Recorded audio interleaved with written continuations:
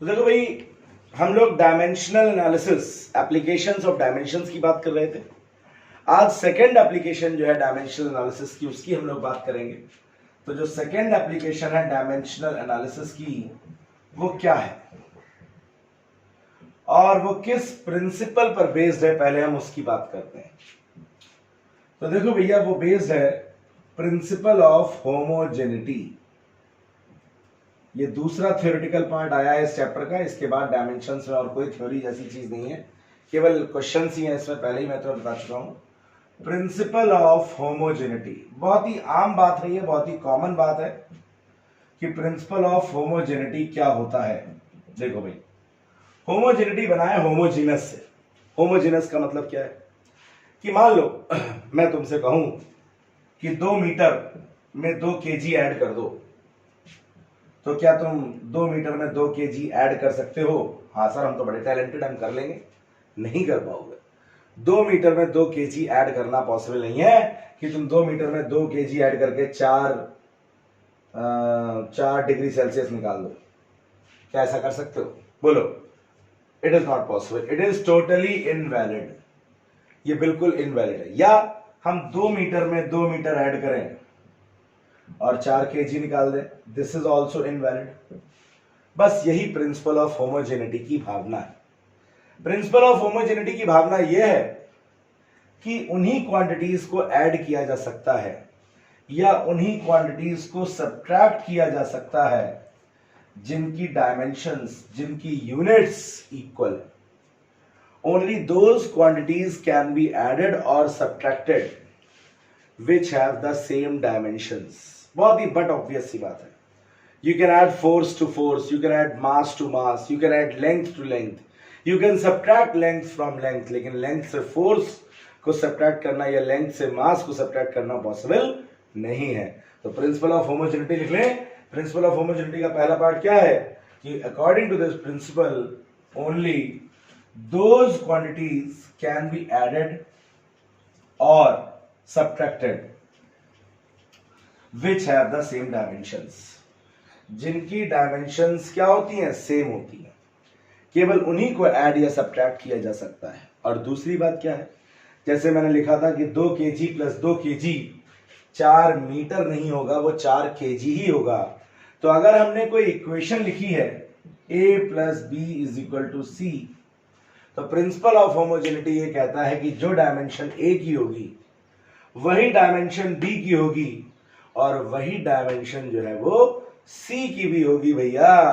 क्योंकि 2 मीटर और 2 मीटर को ऐड करेंगे तो 4 केजी नहीं मिलेगा, 4 मीटर ही मिलेगा। समझे? नहीं समझे? समझ गए। चलो, वेरी गुड। तो दूसरा स्टेटमेंट जो लिख सकते हो प्रिंसिपल ऑफ होमोजेनिटी का कि in an equation the dimensions of all the terms are same. सभी टर्म्स की डायमेंशंस क्या होती हैं? सेम होती हैं। Suppose for example, for an illustration, अगर हमारे पास लिखा है a प्लस बी बराबर सी, मतलब जो डायमेंशन a की है वही डायमेंशन b की भी होगी, वही डायमेंशन c की भी होगी। कोई शक इसमें? क्लियर है क्या ये बात? बढ़िया से समझ में आ गई। अब देखो इसमें क्वेश्चंस कैसे आते हैं। प्रिंसिपल ऑफ होमोजेनिटी पे बेस्ड 2 तरीके के क्वेश्चन आते हैं। तो पहला जो तरीका है, टाइप 1 जो क्वेश्चन आते हैं वो क्या होते हैं? तो टाइप 1 जो क्वेश्चन होते हैं हमारे, वो होते हैं to check the correctness of an equation. कोई इक्वेशन सही है या नहीं सही है, इसको चेक करने का काम हम किसकी मदद से कर सकते हैं? प्रिंसिपल ऑफ होमोजेनिटी की मदद से कर सकते हैं। और जो टाइप 2 क्वेश्चंस होंगे, टाइप 2 क्वेश्चंस में हम लोग क्या करेंगे? डायमेंशंस निकालेंगे। किसकी? अननोन कांस्टेंट्स की डायमेंशन निकालेंगे। तो to find the dimensions of some given unknown constants using principle of homogeneity. Principle of homogeneity का इस्तेमाल करके हम जो है डायमेंशंस निकालेंगे अननोन कांस्टेंट्स की। तो ये 2 तरीके की प्रॉब्लम हमें डिस्कस करनी है इस एप्लीकेशन में। तो देखो, एक एक करके डिस्कस करते हैं। पहले हम लोग पहली जो पार्ट है, पहली जो टाइप 1 प्रॉब्लम्स है उनको देखते हैं। कि मान लो भाई हमें एक इक्वेशन दी हुई है, हमें एक इक्वेशन दी हुई है और हमसे कहा गया कि इसकी करेक्टनेस को चेक करो यूजिंग डायमेंशंस या यूजिंग डायमेंशनल एनालिसिस। इक्वेशन क्या दी हुई है? इक्वेशन दी हुई है s is equal to U T plus A T square. अरे सर आपने तो गलत लिख दी, मुझे भी पता है हाफ ए टी स्क्वायर होता है, तुम्हारे मन में आ रहा होगा, लेकिन मैंने हाफ नहीं लिखी क्योंकि उसका एक मकसद है। क्या मकसद है? देखो भाई, पहले मैं चेक करता हूं डायमेंशनली ये इक्वेशन सही है या नहीं सही है।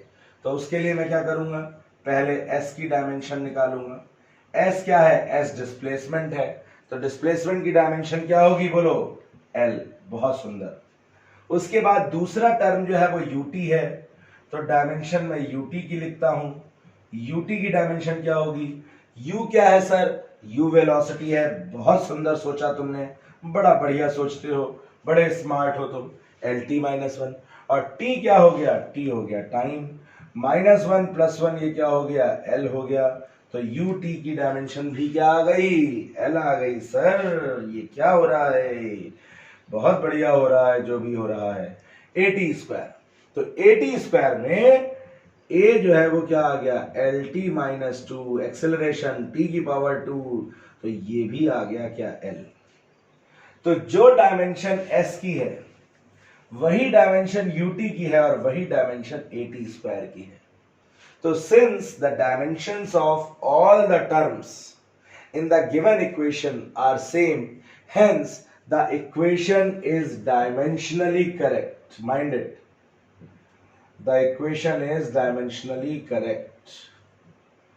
ये इक्वेशन न्यूमेरिकली करेक्ट नहीं है क्योंकि नहीं, हाफ नहीं है इसमें। अब मैं यहाँ हाफ लगा दूं, 2 लगा दूं, 3 लगा दूं, 4 लगा दूं, कोई भी नंबर लगा दूं, मैं सब टर्म्स में लगा दूं, will it matter from the point of view of dimensions? बोलो नहीं, क्योंकि नंबर्स की कोई भी डायमेंशंस नहीं होती हैं। इसलिए कोई इक्वेशन इस मेथड से अगर चेक की जाएगी करेक्ट या इनकरेक्ट, तो वो हम केवल उसकी डायमेंशनल एक्यूरेसी को इंश्योर करेंगे, उसकी न्यूमेरिकल एक्यूरेसी को हम इंश्योर नहीं कर पाएंगे। इसी वजह से जब हम वेरीफाई करेंगे या जब ये क्वेश्चन आएगा तो नीचे हम जो सर्टिफिकेट देंगे वो किस बात का सर्टिफिकेट देंगे? कि the equation is dimensionally correct. Dimensionally correct, it may और may not be numerically correct, क्योंकि नंबर्स की हम करेक्टनेस या नंबर्स की कोई डायमेंशन नहीं होती है, कांस्टेंट्स की कोई डायमेंशन, जो डायमेंशनलेस कांस्टेंट्स होते हैं उनकी कोई डायमेंशंस नहीं होती हैं, इसलिए न्यूमेरिकल एक्यूरेसी की हम बात नहीं कर सकते। इसीलिए एक स्टेटमेंट भी आता है कई बार बोर्ड में मतलब 11th के एग्जाम्स में कि अ डायमेंशनली करेक्ट इक्वेशन मे और may not be numerically correct, justify this statement. तो ऐसे हम जस्टिफाई कर देंगे, इस तरीके की इक्वेशन लिखेंगे। तो ये इक्वेशन हमें पता है, 9th क्लास में हम पढ़ चुके हैं कि ये न्यूमेरिकली इनकरेक्ट है, लेकिन फिर भी ये डायमेंशनली क्या आ रही है? करेक्ट आ रही है। तो तरीका समझ गया क्या करना है? ट्रिक क्या है ऐसे क्वेश्चंस को करने की? ऐसे क्वेश्चंस को करने की ट्रिक है कि जितने भी टर्म्स दिए होंगे तुम्हें इक्वेशन में, सबकी डायमेंशन निकालोगे अलग अलग। टर्म्स की मैं बात कर रहा हूं, टर्म्स से मतलब ये u और t मिलकर के एक टर्म है। ऐसा नहीं कि तुम u की अलग निकालो, t की अलग निकालो, ये at स्क्वायर पूरा एक टर्म है। तो जितने भी टर्म्स होंगे इस तरीके से इक्वेशन में, सबकी डायमेंशन अलग अलग निकालोगे। अगर सबकी डायमेंशन सेम आती है तो इसका मतलब इक्वेशन डायमेंशनली करेक्ट है। स्क्रीन पॉज करके नोट कर लो, एक और क्वेश्चन करते हैं उसके बाद। एक और क्वेश्चन देखो, time period of simple pendulum t बराबर 2 पाई √L/g। अब इसे चेक करना है कि ये सही है कि नहीं सही है, तो चेक कर लेते हैं भाई। डायमेंशन ऑफ t की डायमेंशन क्या है? टाइम है, तो t की डायमेंशन t ही हो जाएगी। और जो दूसरा टर्म है उसकी डायमेंशन देखते हैं, डायमेंशन ऑफ 2 पाई √L/g। तो 2 पाई की डायमेंशन होगी नहीं क्योंकि कांस्टेंट है। √L/g, तो √L लेंथ है और g है क्या? Acceleration due to gravity. तो ये हो जाएगा LT-2। बोलो होगा कि नहीं होगा? L से L क्या हो जाएगा? कैंसिल। t की पावर -2 को ऊपर ले जाओगे तो ये हो जाएगा √t², और √t² क्या आ जाएगा? बोलो t आ जाएगा। आएगा कि नहीं आएगा? तो since the dimension of LHS is equal to dimension of RHS, it means the equation is dimensionally correct. एक और करके देखो भाई, देखो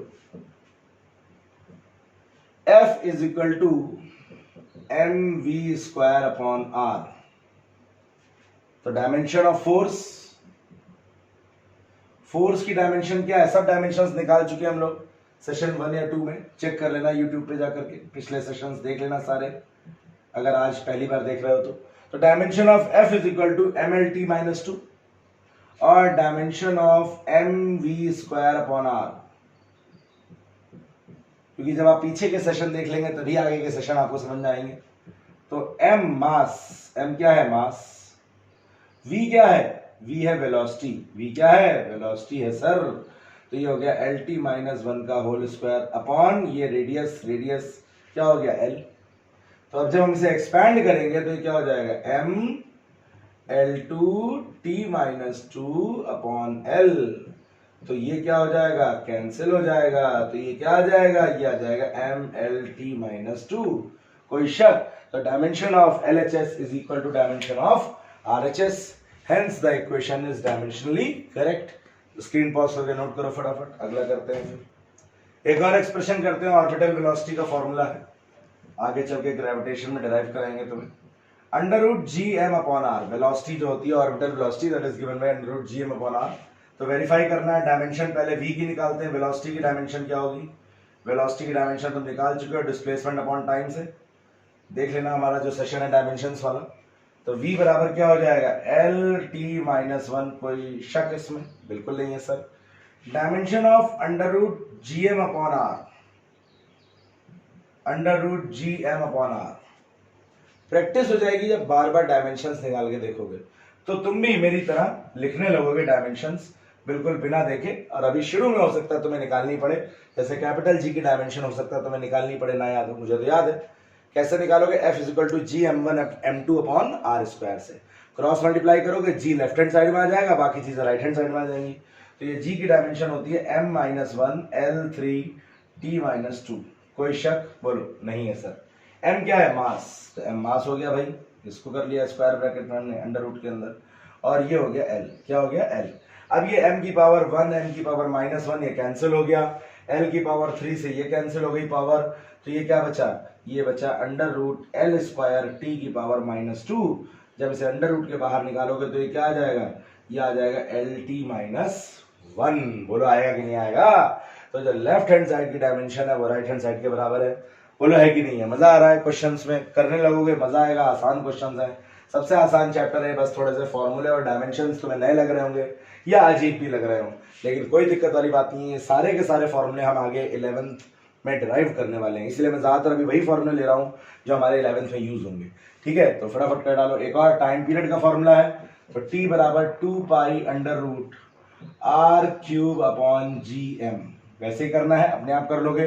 v बराबर under root G R, orbital velocity का दूसरा फॉर्मूला, ठीक है ना। इस तरीके से एस्केप वेलोसिटी का एक और formula under root 2 G R, under root 2 G R. तो बहुत सारे फॉर्मूले हैं इस तरीके से, कोशिश करोगे अपने आप तो ये हमारी टाइप 1 प्रॉब्लम्स होगी।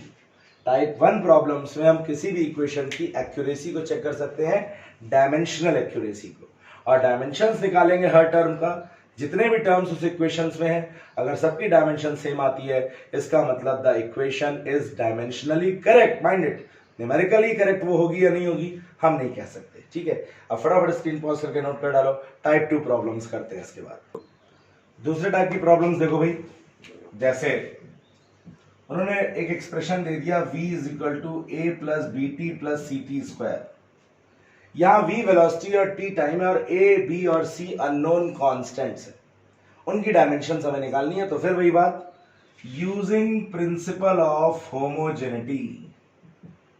Principal of homogeneity of dimensions क्या कहता है कि जो डायमेंशन v की होगी वही डायमेंशन a की होगी, वही डायमेंशन bt की होगी, और वही डायमेंशन ct स्क्वायर की होगी। तो dimension of v should be equal to dimension of a। तो v की डायमेंशन होती है lt माइनस 1, तो मतलब a की डायमेंशन आ गई क्या? lt minus 1। बोलो आ गई कि नहीं आ गई? Dimension of a। अब इसी तरीके से dimension of v is equal to dimension of B T. तो v की डायमेंशन क्या हो जाएगी, v की डायमेंशन हो जाएगी L T minus one, B की हमें निकालनी है, t की t हो गई, तो t को इधर ले आओगे तो ये क्या हो जाएगा, तो b की डायमेंशन भी हमारी निकल आएगी क्या, एल टी माइनस टू। बोला आएगी कि नहीं आएगी। ठीक इसी तरीके से अगर हम निकालेंगे v की डायमेंशन, तो वो v की डायमेंशन जो है वो सी टी स्क्वायर के भी बराबर होगी, क्योंकि सभी टर्म्स की डायमेंशन क्या होती है, बोलो सेम होती है। तो ये क्या आ जाएगा, ये आ जाएगा एल टी माइनस वन, और ये हो जाएगा सी टी स्क्वायर। इसको इधर ले जाओगे तो c की डायमेंशन क्या आ जाएगी, c की डायमेंशन आ जाएगी एल टी माइनस थ्री। तो डायमेंशन ऑफ c क्या हो जाएगी, एल टी माइनस थ्री। तो ये दूसरे टाइप के हमारे क्वेश्चंस हैं जिनकी मदद से हम गिवन अननोन कॉन्स्टेंट्स की डायमेंशंस निकाल सकते हैं। कॉन्सेप्ट इसका भी वही है, प्रिंसिपल इसका भी वही है। क्या प्रिंसिपल है सर, अरे भैया वही है प्रिंसिपल ऑफ होमोजेनिटी। अरे आ रहा है कि नहीं आ रहा है, बोलो। तो प्रिंसिपल ऑफ होमोजेनिटी से निकाल लेंगे, हर टर्म की डायमेंशन क्या होगी, सेम होगी। फटाफट स्क्रीन पॉज करके नोट कर लो। एक बढ़िया क्वेश्चन लेते हैं इसके बाद। एक और बहुत बढ़िया क्वेश्चन है जो बहुत आता है क्लास 11th में, p plus A upon V square into V minus B is equal to R T.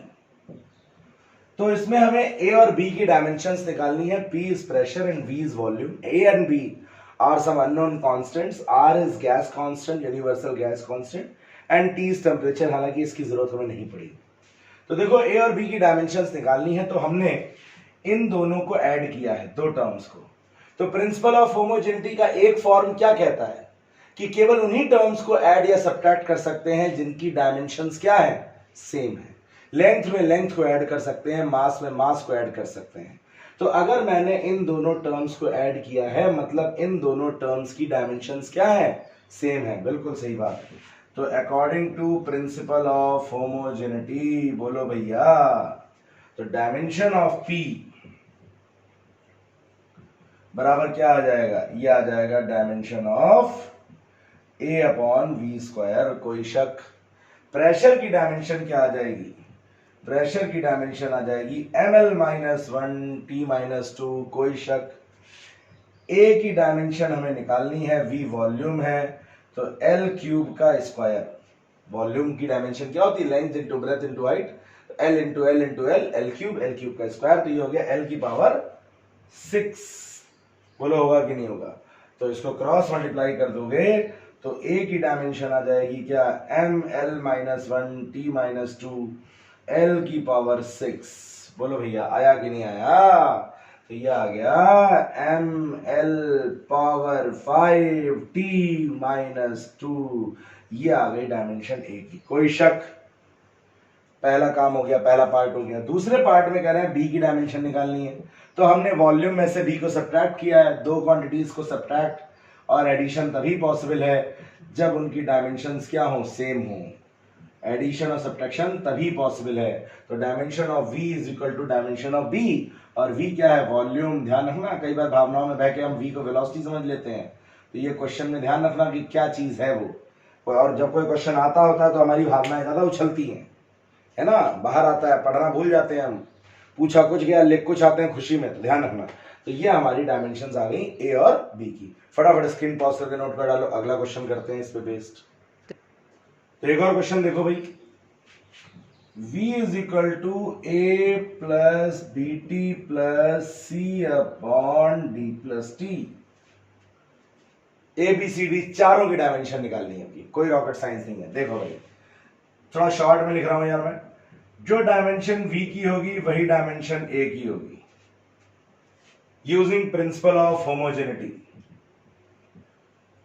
तो इसका मतलब A की डायमेंशन आ गई वेलोसिटी के बराबर हो गई एल टी माइनस वन। बोलो हुई कि नहीं। पूरी लैंग्वेज में लिख लेना तुम उसको। उसके बाद जो डायमेंशन V की होगी वही डायमेंशन BT की होगी। अभी कर चुके हैं ऐसा क्वेश्चन शायद। तो V की डायमेंशन क्या हो गई, V की डायमेंशन हो गई L T minus one. B तो कांस्टेंट है, उसकी डायमेंशन निकालनी है, T की T हो गई। तो T को इधर ले आओ तो B बराबर क्या हो गया, बोलो। B की डायमेंशन हो गई एल टी माइनस टू। कोई शक। अब देखो ट्विस्ट यहां पर है इस वाले में। ये पूरा एक टर्म है,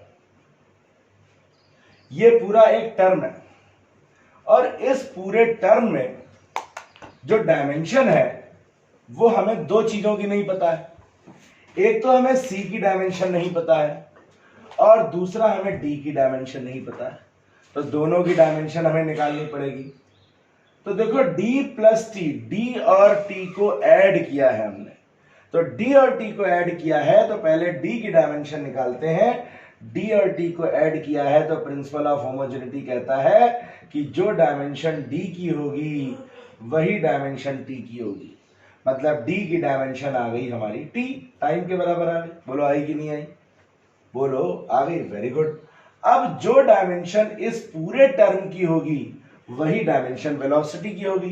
तो इसका मतलब अगली लाइन में हम लिख सकते हैं कि dimension of v is equal to dimension of c upon d plus T.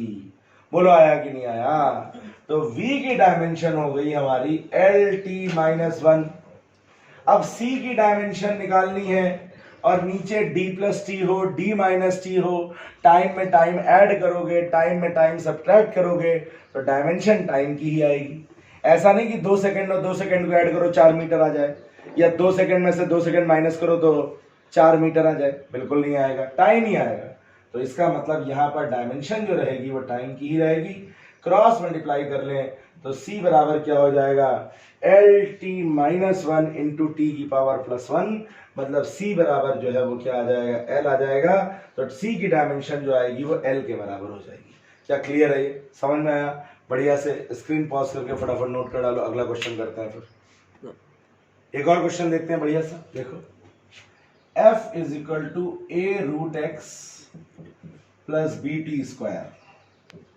इसमें हमें डायमेंशंस निकालनी है a अपॉन b की। तो कैसे निकालेंगे? Using principle of homogeneity.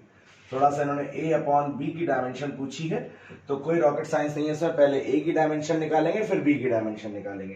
तो प्रिंसिपल ऑफ होमोजेनिटी क्या कहता है कि जो डायमेंशन f की होगी वही डायमेंशन a रूट एक्स की होगी, वही डायमेंशन बी टी स्क्वायर की होगी। बोलो भैया होगी कि नहीं होगी? यही कहता रहा प्रिंसिपल ऑफ होमोजेनिटी। बहुत सही, वेरी गुड। तो कर लो, dimension of f is equal to dimension of a root X. x displacement है, f फोर्स है और t टाइम है, दिया हुआ है क्वेश्चन में। तो f की डायमेंशन हो गई mlt माइनस 2। a की तुम्हें निकालनी है रूट x, मतलब रूट l पावर हाफ ले सकते हैं हम डायरेक्ट। बोलो, तो a की डायमेंशन क्या आ गई? a की डायमेंशन आ गई m, l की पावर 1 है, 1/2 इधर नीचे आएगा तो ये हो जाएगा l की पावर हाफ t की पावर माइनस 2। कोई शक? तो these are the dimensions of a। ये आ गई, पहला पार्ट हो गया हमारा। अब जो डायमेंशन f की होगी वही डायमेंशन बी टी स्क्वायर की होगी। बोलो होगी कि नहीं होगी? तो dimension of f is equal to dimension of B T square. Principle of homogeneity again. तो प्रिंसिपल ऑफ होमोजेनिटी से अगर हम वैल्यू लिखें तो ये क्या आ जाएगा? ये आ जाएगा एम एल टी माइनस 2 बराबर b और t स्क्वायर t की पावर 2। तो इसको इधर ले जाओ तो ये क्या हो जाएगा? ये हो जाएगा b बराबर M L T minus 2 upon t की पावर 2।